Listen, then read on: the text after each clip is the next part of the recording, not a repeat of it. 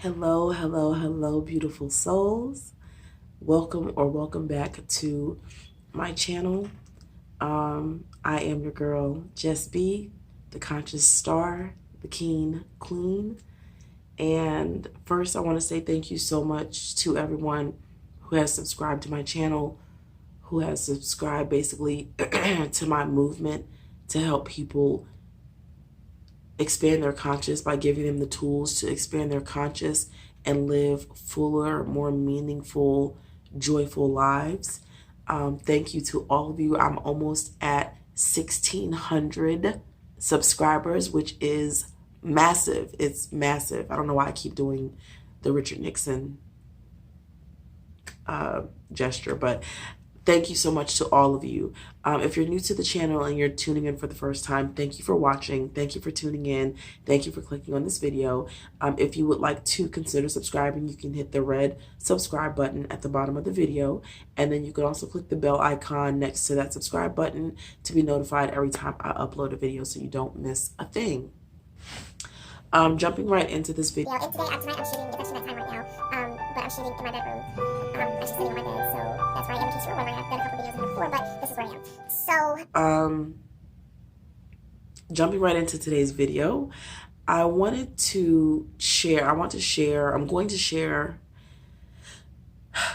take a breath, some information that I learned from Sadhguru Jaggi Vasudev regarding how to live a fuller life, how to really tune into your conscious self and just live a fuller life without getting too deep into what it means to be conscious or woke. You know, a lot of people use a lot of different terms to, or several different terms to describe that state of being. But there's a simple rule, simple but difficult to follow. I'm not going to, hold you.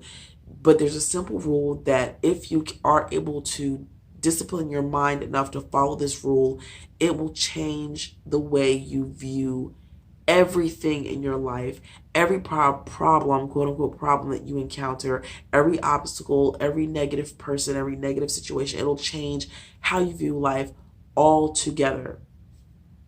And something that the Sadhguru said was, a long time ago, he rescinded or gave up the privilege, or took back the privilege rather, from people, from external circumstances, from anything external to allow him or to make him feel any kind of way. Meaning he's got himself to a place spiritually where regardless of, and mentally, regardless of what is going on around him externally, the person he's dealing with, the difficulty of the situation, the difficulty of the person, whatever, he's still going to be how he is internally. And that's all he's concerned with. Meaning, so no one can make him mad. No one can make him happy. No one can make him sad. No one can make him feel jealous. Like, he keeps all of that, ability to source an emotion within himself. So to break that down just a little bit further, what that's basically saying is that, a lot of you have probably heard that, before you react to something, between the time something happens and your reaction to that thing happening, there's a space, an opportunity where you get a chance to pause and choose how you're going to react. So, my lips are so chapped. So, in that moment, in that space that you get to choose, a lot of times, if you're running on kind of like what Leo from actualize.org here on YouTube calls a monkey mind, which is basically when your mind is just kind of chattering away and you haven't yet learned how to harness it. Which, if you're clicking on this video for the first time, or if you're kind of new to my channel, or a newer subscriber, or new to the world of conscious existence and existentialism, you may not have ever tried to harness your thinking ability. But it is the greatest gift that we are given, is our intelligence. And if allowed to run amok, it can work against you. And how you know it's working against you is when things make you angry. Sadhguru says that anger is a form of temporary madness. It's a form of temporary insanity when you allow something to make you, to get you to a point where you're angry. And when you think about it, it really, really is. It really is. I mean, it seems kind of extreme to describe it that way. But when I thought about it, when I heard him say that and I thought about it, I agreed 100%. Not saying that you would, just saying that I did. Um, so the opposite of that is being able to control your emotions, and not even control, not even so much where you're trying to hold back an anger, or I'm so angry right now, but I'm not going to let it show, I'm not going to hold it back. Not even a point to where you're holding back anger, but where anger doesn't even rise up because you're in a constant state of peace, joy, and gratitude, which rank very high on the scale of conscious vibration or conscious energy. If you ever look at that scale, there are a lot of different um, pictures of it on Google, but love or peace, gratitude, and joy are very, very high on that energy scale. And when you can set that as your default state of being, regardless of what is going on around you, you are living in a state of absolute freedom. You are living as a willing participant on this earth. You're not doing things unwillingly. You're doing them willingly because you get to, and you're grateful that you get to, whether it's your job, whether it's parenting, whether it's whatever.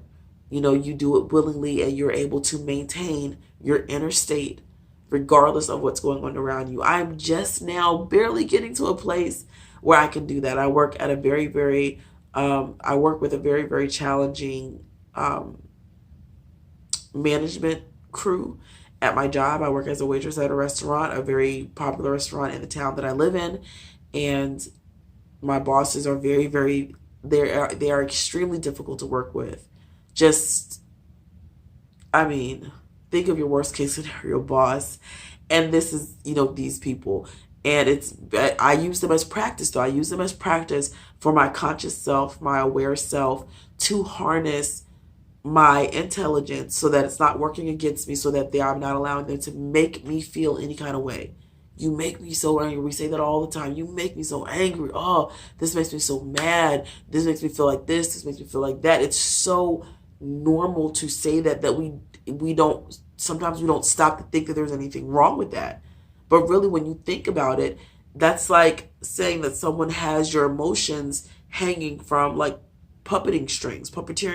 I don't know how you would say it, but from the strings you use to puppet something, someone holds those strings of your emotions on their hand, and they can pull whatever string they want to make you feel however they want. That's slavery, is it not? That means you are an emotional slave to your external world. And when I realized that it was what I was allowing to happen, I immediately wanted to change that. I did not like the sound of being a slave to things that are going on around me externally, because you can't control what goes on around you externally. And, just going back to something that Sadhguru says very often in a lot of his, forums, is that the external world is not supposed to happen 100% the way you want it to happen. That's not what life is. Life does not happen 100% of the way that you want it to happen. The only thing that should happen 100% of the way that you want it to happen is this internally. Your thoughts, your emotions. That's the only thing that you should really be that you should really be concerned about making sure goes your way all the time, no matter what.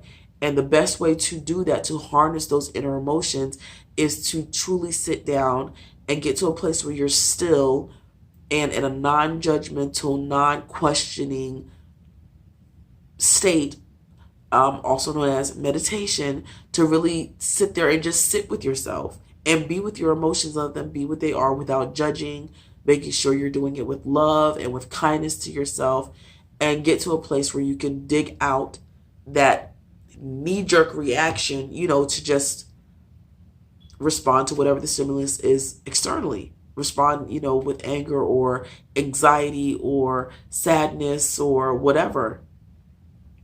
So that is my key to living a fuller life, a freer life. Learning how to be how you are, how you want to be internally, no matter what is going on or who is around you externally. keeping your vibration high, because that's how you are inside no matter what. And the universe will respond to that positive energy that you're holding, that vibration that you're holding.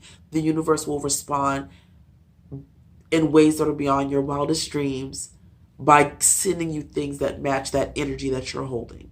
It takes work, it's a challenge, but from my experience so far, at 181 days on my spiritual journey, it's all been so well worth it. So that's all I wanted to share with you guys for today. Thank you so much for tuning in. Peace, love, abundance, and more life to you all. I love you all to the max. Later.